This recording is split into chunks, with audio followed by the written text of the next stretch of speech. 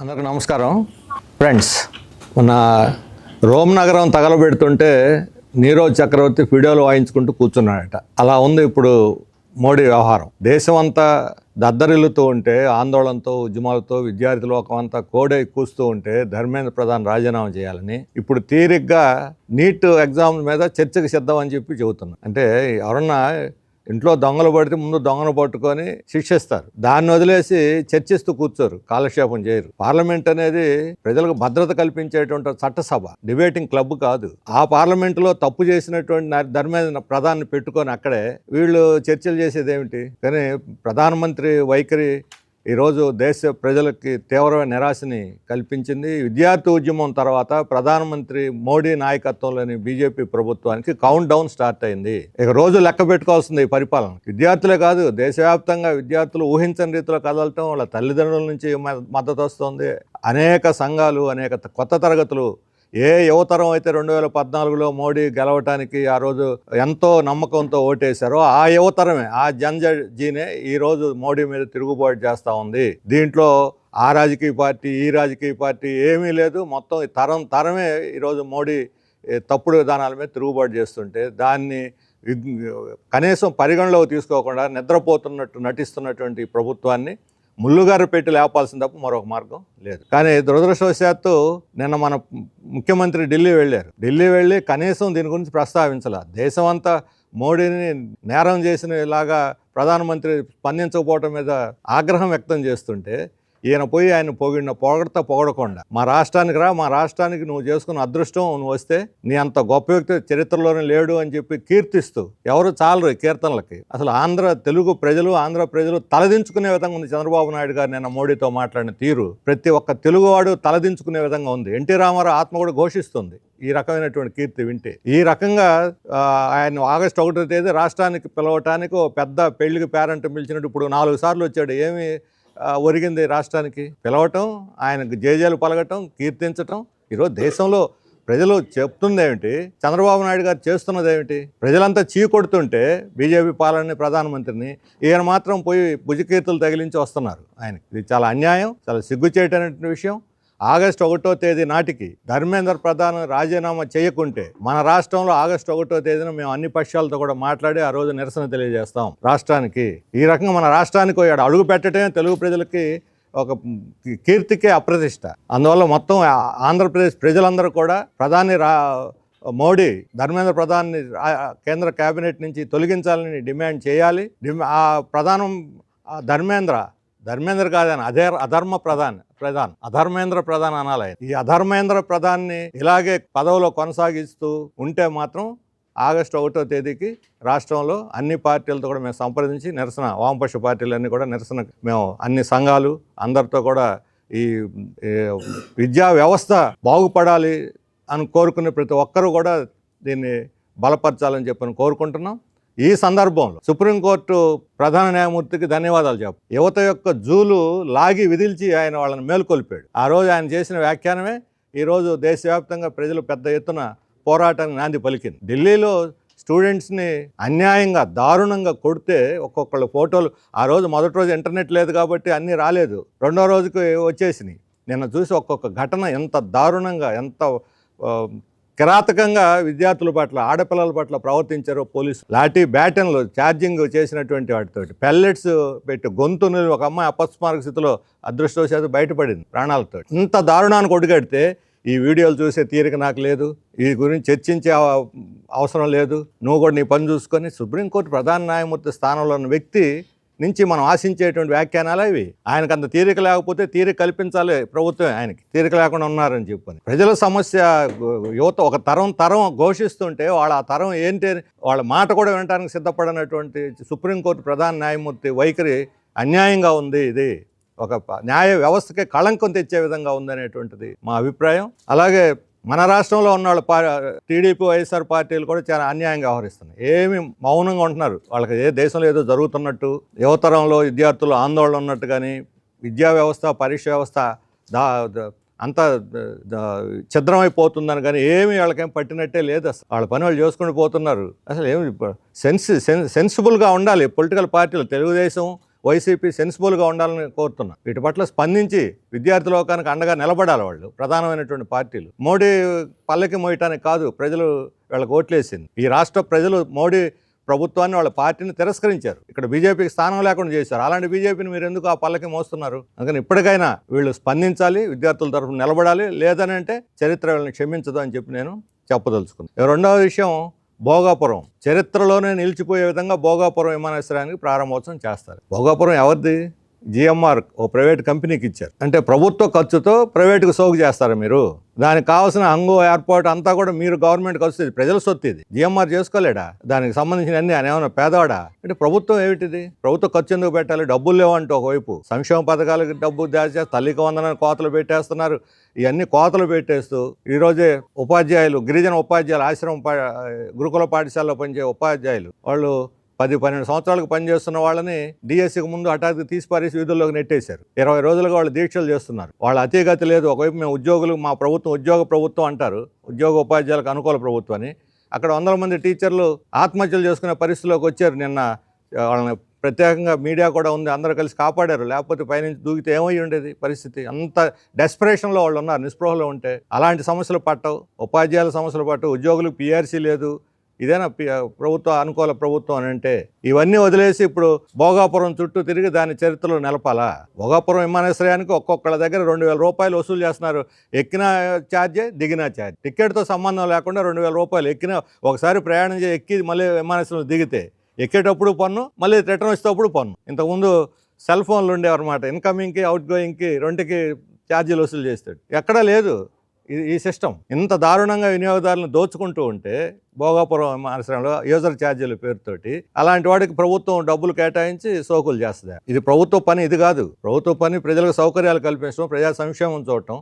వాళ్ళని మాత్రం గాలికి వదిలేస్తామని ఏజెన్సీలో గత అనేక రోజులుగా యూత్ పార్వతీపురం, పాడేరు, అరకు, రంపచోడవరం, ఒక చోట కాదు మొత్తం అన్ని ఏరియాలో, కేఆర్పురం అన్నిట్లో కూడా పెద్ద ఎత్తున యూత్ ఆందోళనలు చేస్తూ ఉంటే మాకు జియో నెంబర్ 3 పునరుద్ధరించాలి, 170ని కాపాడాలని అంటే దాని మీద మాత్రం స్పందన లేదు. జియో నెంబర్ 3 మీద గతంలో సుప్రీంకోర్టులో వేసినప్పుడు ఆనాడు ప్రభుత్వం, ఉమ్మడి రాష్ట్రంలో ప్రభుత్వాలు కానీ, ఆ తర్వాత విడిపోయిన తర్వాత కానీ తెలుగుదేశం ప్రభుత్వం, వైఎస్ఆర్ కాంగ్రెస్ ప్రభుత్వం ఇద్దరు కూడా దాని పట్ల నిర్లక్ష్యం వహించిన కారణంగా 2020లో రద్దయింది. దీనికి ఎవరు బాధ్యత వహిస్తారు? ఇప్పుడు దాన్ని పునరుద్ధరిస్తామని చెప్పి 2 సంవత్సరాలు అయింది. అతీగతి లేదు. వాళ్ళని ఎలా న్యాయం చేస్తారు? ట్రైబల్స్కి న్యాయం చేస్తాం అంటే ఇదేనా వాళ్ళకి న్యాయం చేసే తీరు? జియో నెంబర్ 3 అనుభవాన్ని దృష్టిలో పెట్టుకొని 170 మీద ఇప్పుడు కేసు వేస్తే, పెద్ద పెత్తందారులు, భూస్వాములు, నాన్ ట్రైబ్ పెత్తందారులు, భూస్వాములు సుప్రీంకోర్టులో కేసు వేస్తే ఇంతవరకు రాష్ట్ర ప్రభుత్వం నుంచి స్పందన లేదు, కనీసం సమీక్ష లేదు. మేము రాష్ట్ర ప్రభుత్వాన్ని డిమాండ్ చేస్తుంది, ఉన్నత స్థాయిలో అత్యంత నైపుణ్యం కలిగిన సీనియర్ లాయర్లను సుప్రీంకోర్టులో పెట్టి ఈ కేసు మీద ఒక స్పెషల్ టీముని వేసి మీరు ట్రైబల్స్ని కాపాడుకోవాలి, ట్రైబల్ హక్కులను కాపాడుతామని ముఖ్యమంత్రి చేసిన వాగ్దానం చిత్తశుద్ధితో చేసింది. కానీ అయితే మీరు నిపుణులైనటువంటి వాళ్ళని సీనియర్ అడ్వకేట్స్ని పెట్టి కేసు వెంటనే కౌంటర్ వేసి ప్రభుత్వం గిరిజనుల తరఫున నిలబడాలి. అలాగే దాన్ని రోజువారీ పర్యవేక్షణ చేయడానికి ఒక ప్రత్యేక బృందాన్ని, సీనియర్ అధికారులతో ప్రత్యేక బృందాన్ని ఏర్పాటు చేయాలి. రెగ్యులర్గా సమీక్షలు చేయాలి. ముఖ్యమంత్రి కూడా వాళ్ళతో కూర్చొని సమీక్షలు చేయాలి.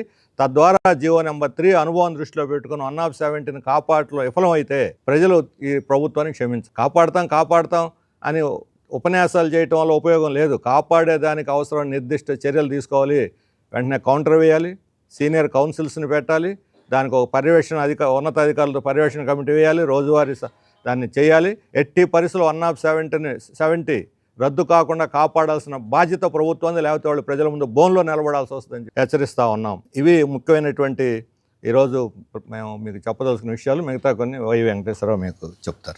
అందరికీ నమస్కారం. ఈరోజు దేశంలో జరుగుతున్న విద్యార్థుల ఆందోళన పట్ల ఈ ప్రభుత్వానికి చీమ గుట్టినట్టుగా కూడా లేదు. దాదాపు ఉద్యమం ప్రారంభించి 65-70 రోజుల తర్వాత మొదటిసారిగా ప్రధానమంత్రి గారు పేపర్ లీకేజ్ అయినటువంటిది ఘోరమైన పాపంగా 70 రోజులు పట్టింది ఆయనకి దీని మీద స్పందించడానికి. మరి ఘోరమైన పాపానికి కారకులు ఎవరు? విద్యార్థులు అడుగుతున్నది అది.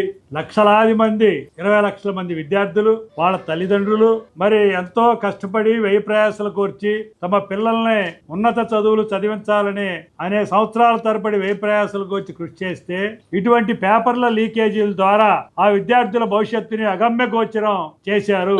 ఇదేదో రాష్ట్ర ప్రభుత్వాల సమస్య కాదు. ఇందులో రాష్ట్ర ప్రభుత్వాలకు ఏమీ పాత్ర లేదు. ప్రధానమైనటువంటి కేంద్ర ప్రభుత్వం నిర్వహించేటువంటి పరీక్షలు ఇవి. ఒక లెక్క ప్రకారం చూసినట్టయితే మీ అందరికి ఇచ్చిన దాని ప్రకారం దేశవ్యాప్తంగా 2014 నుంచి 152 పేపర్ లీకేజీలు అన్నారు. కానీ ఇంకో లెక్క ప్రకారం చూసినట్టయితే ప్రధానంగా కేంద్ర ప్రభుత్వం నిర్వహించేటువంటి పరీక్షలు, అది నీట్ కావచ్చు, లేదు ఐఐటి ఎగ్జామ్స్ కావచ్చు, 82 పక్కాగా చూసినట్టయితే కేంద్ర ప్రభుత్వమే నిర్వహించేటువంటి ప్రధానమైన పరీక్షలు 82 సందర్భాల్లో ప్రశ్నాపత్రాలు లీక్ అయినాయి. దానివల్ల అనేక మంది విద్యార్థులు ఆత్మహత్యలు చేసుకున్నారు. వాళ్ళ కుటుంబాల భవిష్యత్తు అగమ్య గోచరం అయింది. మరి దీనికి కారణం ఎవరు? ఇప్పుడు ఘోర పాపం అన్నప్పుడు పాపానికి కారణం ఎవరు? మరి కేంద్ర ప్రభుత్వం కాదా?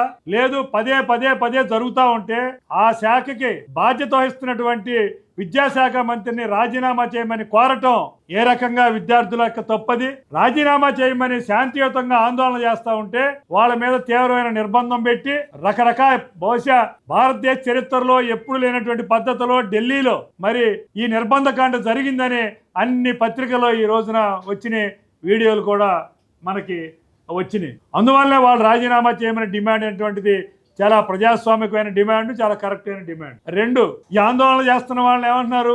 దేశద్రోహులు లేదా రాజద్రోహులు. వాళ్ళు ఏమి డిమాండ్ చేశారు? అయ్యా మా పరీక్షలు సక్రమంగా నిర్వహించండి అన్నారు. అంటే పరీక్షలు సక్రమంగా నిర్వహించమని ప్రభుత్వాన్ని కోరితే వాళ్ళు దేశద్రోహులా? అంటే ఈ ప్రభుత్వానికి లేదు, లక్షలాది మంది విద్యార్థుల భవిష్యత్తుని అగమ్య గోచరం చేసేటువంటి పద్ధతిలో మరి లీకేజీలకి పాల్పడినటువంటి వాళ్ళు దేశద్రోహులా? ఈ ప్రభుత్వం తేల్చాలి. విద్యార్థుల కోసం, ప్రజల కోసం, తల్లిదండ్రుల కోసం మరి ప్రజాస్వామ్యయుతంగా ఆందోళన చేస్తుంటే వాళ్ళనే దేశద్రోహులుగా ముద్ర వేసి తమ బాధ్యత నుంచి కేంద్ర ప్రభుత్వం మోడీ తప్పించుకోదలుచుకున్నారు. ఈ విద్యార్థుల మీద దేశద్రోహులు ముద్ర వేసి తమ సామాజిక మాధ్యమాల ద్వారా ఈ రోజున ప్రజల్లో పెద్ద ఎత్తున దుష్ప్రచారం చేయాలనేటువంటి ప్రయత్నం చేస్తున్నారు. కానీ ప్రభుత్వం యొక్క మాటలు ఎక్కడ చెల్లట్లేదు. రాజకీయాలకు అతీతంగా లక్షలాది మంది ఈరోజు విద్యార్థులు ఢిల్లీ నగర వీధుల్లో చేశారు. దేశవ్యాప్తంగా వివిధ జిల్లాల్లో కూడా, వివిధ రాష్ట్ర కేంద్రాల్లో కూడా వీళ్ళు ఆందోళన చేస్తా ఉన్నారు. ఇది 2వ అంశం. 3వ అంశం, ఇదేదో రాజకీయ పార్టీల వ్యవహారం కాదు. ఇదేదో BJP versus Congress versus left కాదు. ఇది దేశానికి యువకులు ఎవరైతే పునాదిగా ఉంటారో, దేశ భవిష్యత్తుని తీర్చిదిద్దేటువంటి విద్యార్థులు ఎవరైతే ఉంటారో వాళ్ళ ఘోష ఇది, వాళ్ళ భవిష్యత్తుకు సంబంధించిన ఘోష. అంతేగాని ప్రభుత్వం ఏదో రాజకీయ పార్టీల మీద ముద్రేసి, రాజకీయ పార్టీ నాయకుల మీద తప్పుడు ప్రచారాలు చేసి ఇదేదో రాజకీయ వ్యవహారం అనే పద్ధతిలో తన బాధ్యత నుండి తప్పించుకునే దానికోసం ప్రయత్నం చేస్తూ ఉంది. ఇది సరైనది కాదు. ఎప్పటికైనా కానీ ప్రభుత్వం ప్రతిష్టకు పోకుండా చర్చించాలి. ధర్మేంద్ర ప్రధాన్ రాజీనామా చెయ్యాలి. విద్యార్థుల మీద పెట్టిన కేసులన్నీ కూడా ఎత్తేయాలనేటువంటిది 3వ డిమాండ్. మరి ఎట్లా ఉంటే మన రాష్ట్రానికి సంబంధించి శ్రీనివాసరావు గారు చెప్పారు, ప్రశ్నించండి అని చెప్పేటువంటి మరి పవన్ కళ్యాణ్ గారు మరి నోటి మాట రావటం లేదు ఆయనకి. మరి ఎందుకు మాట్లాడటం లేదు?